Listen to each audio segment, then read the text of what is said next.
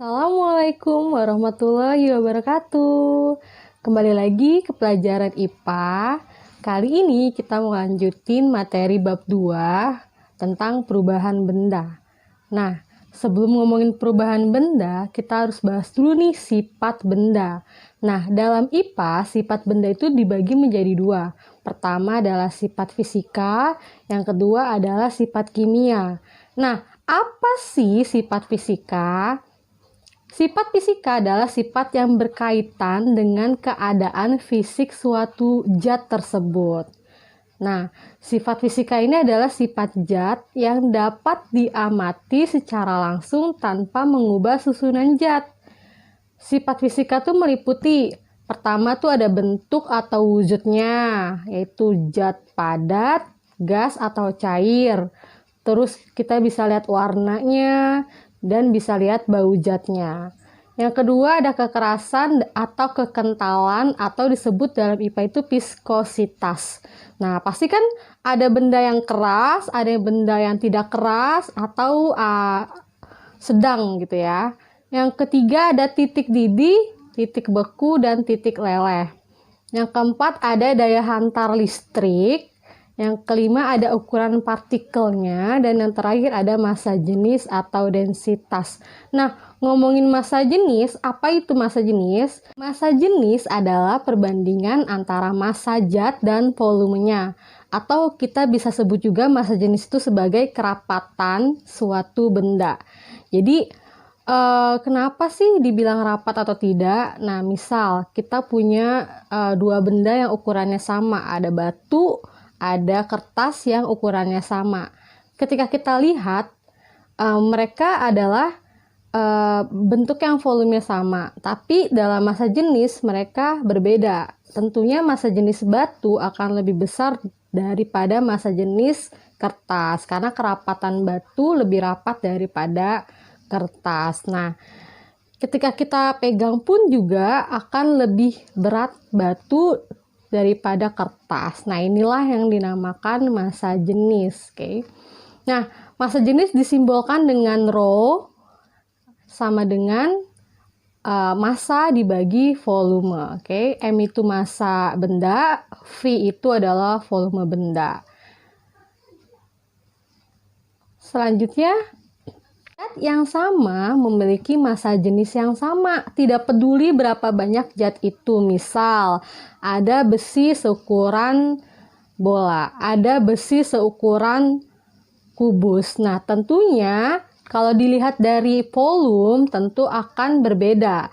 Tetapi ketika dilihat dari massa jenis, besi yang berbentuk bola maupun besi yang berbentuk kubus mempunyai nilai massa jenis yang sama. Oke. Nah, contoh lain adalah massa jenis air itu 1 gram per cm kubik atau 1000 kg per meter kubik. Nah, sesendok air, sepanci air, ataupun sekolam air, massa jenisnya tetap 1 gram per cm kubik. Dan jadi ketika kamu menemukan zat cair yang massa jenisnya itu 1 gram per cm kubik, nah kemungkinan besar zat ini adalah air, oke? Jadi selain wujud zat dan partikel penyusunnya, massa jenis merupakan salah satu penanda zat itu. Jadi setiap benda udah punya nih massa jenisnya masing-masing. Nah, kalian bisa lihat di tabelnya ada massa jenis hidrogen, oksigen, gabus, alkohol, minyak, es, air, gula, dan lain-lain. Jadi ketika kamu uji didapat massa jenis yang berada di tabel, berarti kamu bisa menentukan jenis zat apa dari massa jenis tersebut. Oke? Selanjutnya adalah sifat kimia. Nah, sifat kimia adalah sifat zat yang berhubungan dengan mudah atau sukarnya zat untuk bereaksi secara kimia. Nah, jadi sifat kimia ini sifat suatu zat yang berhubungan dengan terbentuknya jenis baru. Oke? Nah, sifat kimia itu meliputi mudah terbakarkah, terus membusuk, berkarat atau korosi, mudah meledak, dan terakhir adalah beracun. Setelah kita bahas tentang sifat benda, maka kita mau bahas nih perubahan-perubahan yang terjadi pada benda atau perubahan yang terjadi pada materi. Nah, perubahan materi berlangsung ke dalam dua cara juga teman-teman, yaitu perubahan fisika dan perubahan kimia. Kita bahas satu-satu ya. Jadi perubahan fisika adalah perubahan zat yang tidak disertai dengan terbentuknya zat baru. Oke. Nah, perubahan fisika hanya pada bentuk dan wujud zatnya. Oke. Jadi yang berubah tuh hanya bentuknya saja dan wujudnya saja.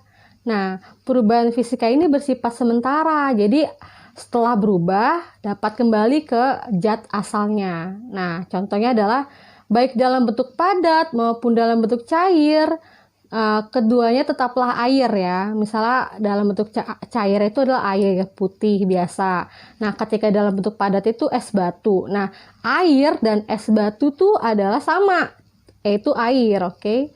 Nah, contoh perubahan fisika yang lain adalah pertama mencair, kedua membeku, ketiga menguap, keempat mengembun, kelima menyublim, keenam mengkristal, dan ketujuh melarut. Nah, kita bahas satu-satu ya. Jadi, dari semua tadi, itu ada yang menyerap kalor dan ada yang melepaskan kalor. Nah, maksudnya menyerap itu adalah menerima, menerima kalor. Nah, kalor ini kalau dalam bahasa sederhananya adalah panas ya teman-teman. Jadi ada beberapa perubahan yang menyerap kalor atau yang menerima kalor atau menerima panas. Nah, contohnya adalah mencair. Jadi benda mencair saat dia menerima kalor. Terus menguap dan menyublim, oke?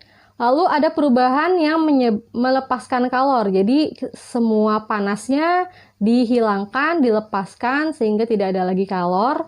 Contohnya adalah membeku, mengembun, dan mengkristal. Oke.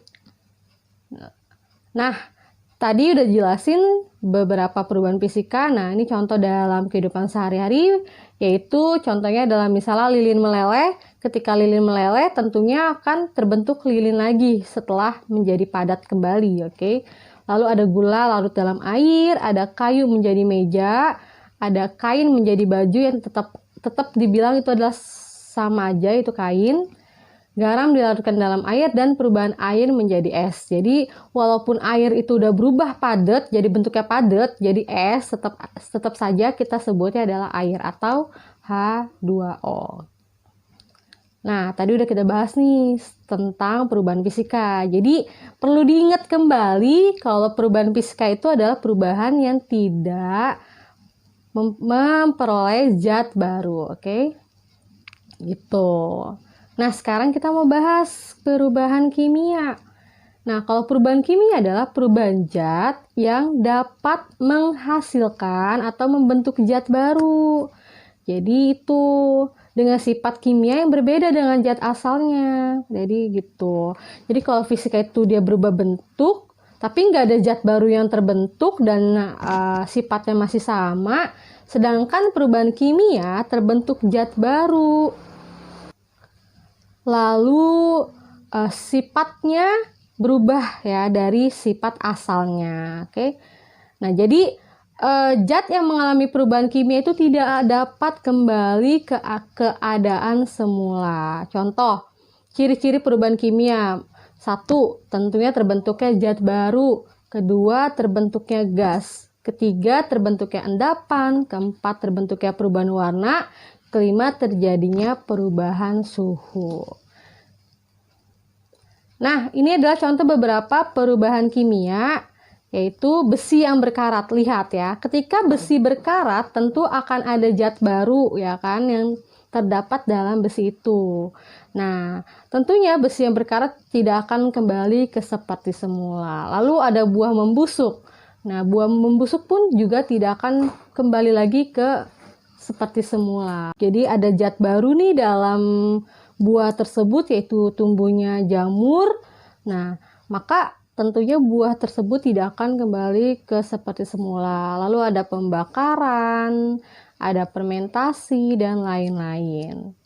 Oke, nah kita bahas satu-satu ya, perubahan yang terbentuk pada perubahan kimia. Oke, pertama yaitu pembentukan gas ya. Jadi reaksi kimia itu reaksi kimia tertentu dapat membentuk gas. Contoh adalah reaksi logam magnesium dengan asam klorida. Ketika mereka direaksikan, ketika mereka disatukan, maka akan terbentuk magnesium klorida dan gas hidrogen. Nah, ini adalah gas yang terbentuk nih dari perubahan kimia.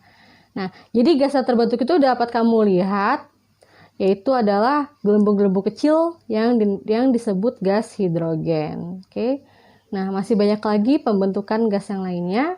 Lalu kedua ada pembentukan endapan. Jadi reaksi pengendapan adalah reaksi yang menghasilkan suatu senyawa yang berbentuk padatan. Biasanya dia akan berkumpul di bawah reaksinya. Oke. Jadi padatan tersebut tidak larut atau tidak tercampur secara homogen dengan cairan di sekitarnya sehingga mengendap di bawah. Oke.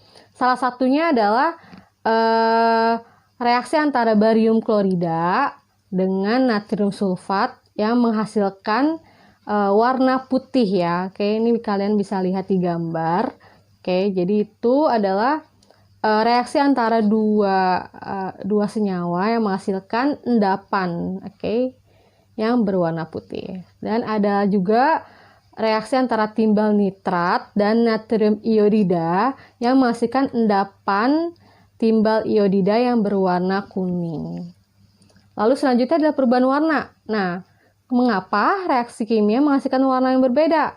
Nah, jadi ketika suatu reaksi kimia berlangsung, maka akan terjadi perubahan komposisi, sehingga terbentuk zat baru yang memungkinkan memiliki warna yang berbeda. Contohnya adalah reaksi pada tembaga sulfat dengan air. Nah, warna khas dari tembaga sulfat itu adalah putih.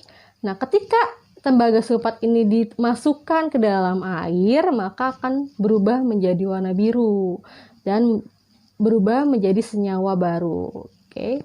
Dan selanjutnya terakhir adalah perubahan suhu. Nah, jadi reaksi kimia atau perubahan kimia ini juga disertai dengan perubahan energi. Salah satunya adalah energi panas yang muncul dari reaksi kimia tadi. Dengan demikian terjadi perubahan kimia akan ditandai dengan energi panas. Akibatnya suhu hasil reaksi akan menjadi lebih tinggi dan bisa juga menjadi lebih rendah daripada suhu pereaksinya.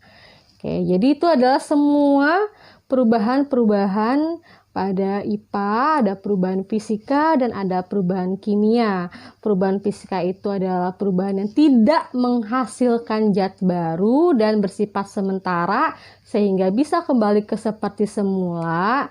Namun untuk perubahan kimia, dia menghasilkan zat baru dan tidak dapat kembali ke seperti semula. Oke. Jadi sekian informasi yang bisa Ibu bagikan pada materi hari ini. Semoga materi hari ini bermanfaat dan tetap semangat belajar di rumah dan tetap jaga kesehatan. Wassalamualaikum warahmatullahi wabarakatuh.